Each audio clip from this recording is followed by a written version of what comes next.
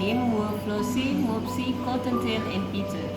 They lived with their mother in a sandbank underneath the root of a very big fir tree. Now, my dears, Said old Mrs. Rabbit one morning. you may go into the field or down the lane, but don't ever go into the Mr. McGregor gardens. Your father had an accident there. He was put in a pie by Mrs. McGregor. Now, run along and don't get into mischief. I am going out. Then old Mrs. Rabbit took a basket and her umbrella to the baker's. She bought a loaf of brown bread and 5 currant buns. Flopsy, Mopsy, and Cottontail, who've been a very good little bunnies, went down the lane to gather blackberries. But Peter, the very naughty bunnies, ran straight away to Mr. McGregor's garden and squeezed under the gates. He ate lettuces, French beans, and radishes.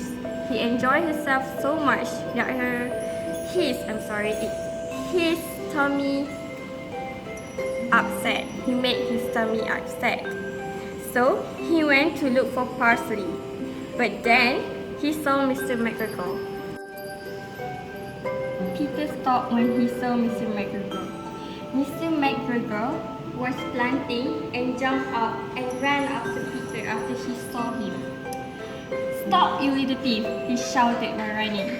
Peter was dreadfully frightened, ran all over the garden, for he forgotten the way out of the garden.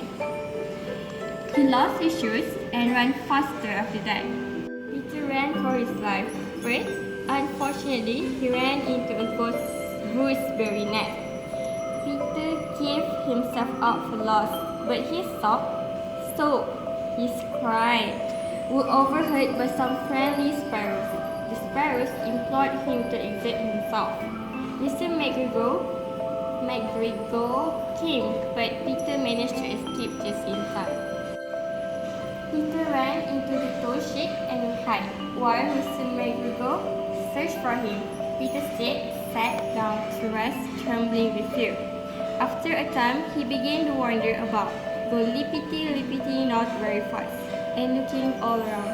He saw an old mouse was running in and out over the stone doorstep, carrying peas and beans to her family. Peter asked her for the way out, but her little mouth was full with food that he shook her head to him. Peter began to cry. He began his escape. He got out of the shed and in the tool shed again. He heard scary, scratchy sounds. These sounds made Peter run the fastest in his life. Mr. McGregor caught a sight of Peter, but Peter ignored and ran as fast as he could. Peter slipped under the gate and finally got home as he ran without even thinking or looking back. I am sorry to say that Peter was not very well during the evening. His mother put him to bed and made some chamomile tea, and she gave a dose of it to Peter. She said 1 tablespoonful to be taken at bedtime, said Mrs. Rabbit. But Flopsy, Mopsy, and Cottontail had bread and milk and blackberries for supper.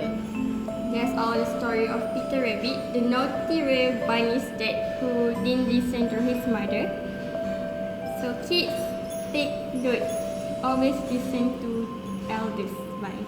Bye.